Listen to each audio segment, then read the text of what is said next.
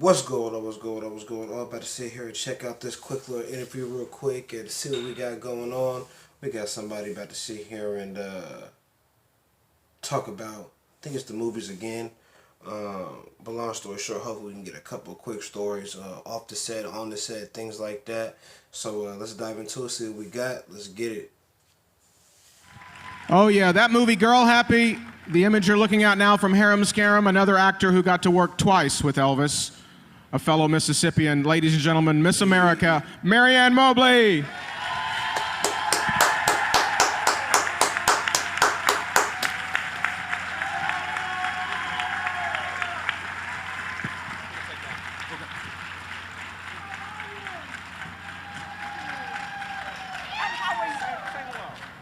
How are you? Oh, it's so good to see you. It makes my heart go pitter-patter.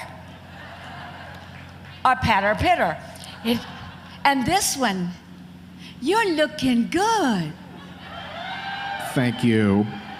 I'll take your word for that. You're a Miss America. You know what you're talking about. You don't age. Oh. It's those Tupelo boys. And how are all of you? We are it's having cool, movie isn't it? day with Elvis. We're talking movies, and everybody's excited for you and all of our guests to be here to talk about Elvis the actor. It's an interesting part of his career, I think. You know, he was a great actor. I'm sorry that all of you, all of us, didn't get to see what a great actor he really could be. He had a wonderful talent, and I know you've all heard the story and stopped me. You know, you give me an opening and there I go. You go. You know, I was born with the mouth of the South. It just keeps going. We did the best thing we can do for a Southern girl. We turned on the spotlight and gave her a microphone, so go to it. No, but you've probably heard this story, and I've certainly said it before, but, you know, Elvis was offered the role that Chris Christopherson did in a remake of A Star is Born with Barbra Streisand. And Barbra Streisand and the producer, John Peters, who was her friend, her boyfriend at the time, flew to Vegas to talk to Elvis. And I think Elvis wanted to do it, but it never worked out. And I was always very sad about that because I always felt that Elvis was a great actor. And we never really got to see him do just serious acting without doing, you know, the musicals. Right. Now, I gotta tell you,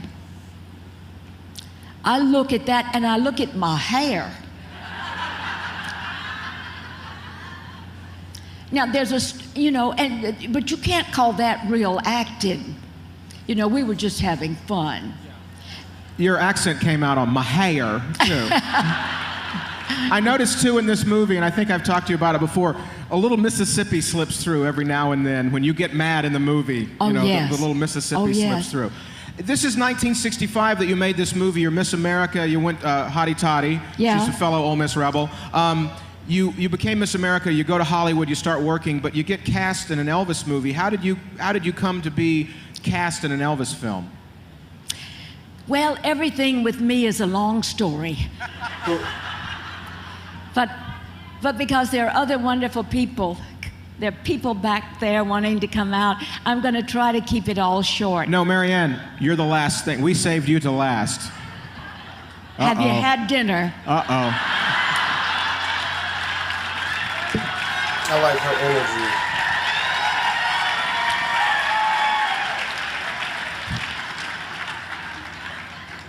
Did you bring a sleeping bag?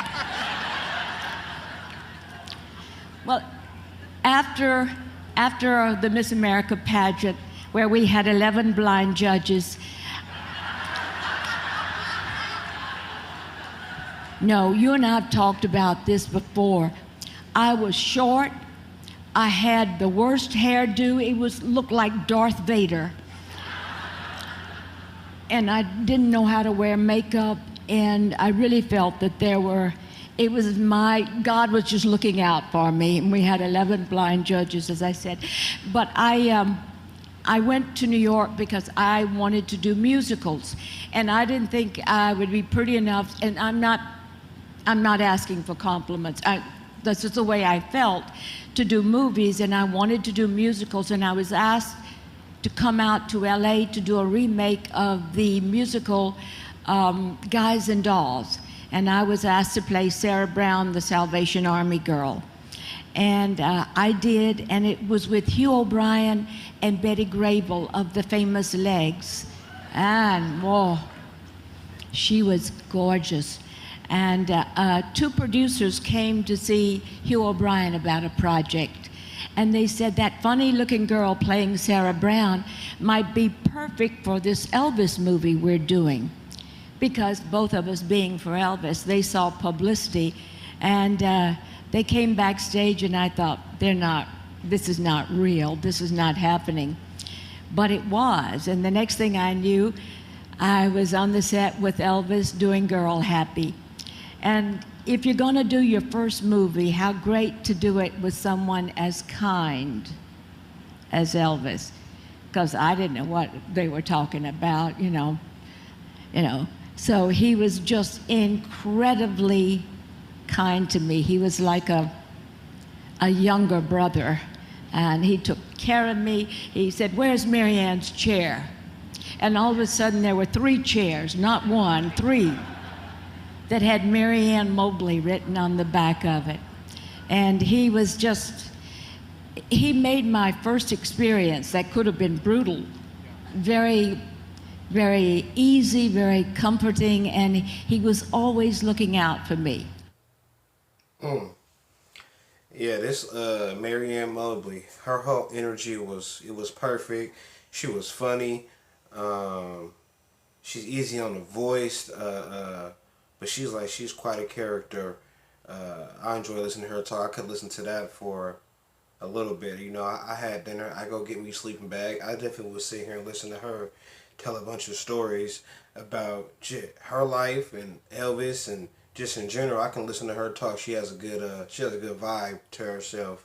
But it's always interesting to see and hear how people interact when they find out that they're going to be in the same space as Elvis Presley. You know what I mean? I wonder what's in that person's mind. I wonder if there was ever one of these ladies or even gentlemen who sit here and be in front of this man and just forget their whole line, just get stuck on, this is Elvis Presley right here, you know? And then just to think about how I was watching a different interview, and they said, the Beatles had came and they had swept up everything. Just to think in a couple more years after these movies, Elvis was going to be right back whipping ass on that stage, and he did that, and he did that very well. But I like this lady right here. She got a good vibe, a good energy. I like hearing her talk about my boy, nothing but good vibes. Another person with nothing but great things to say, you know.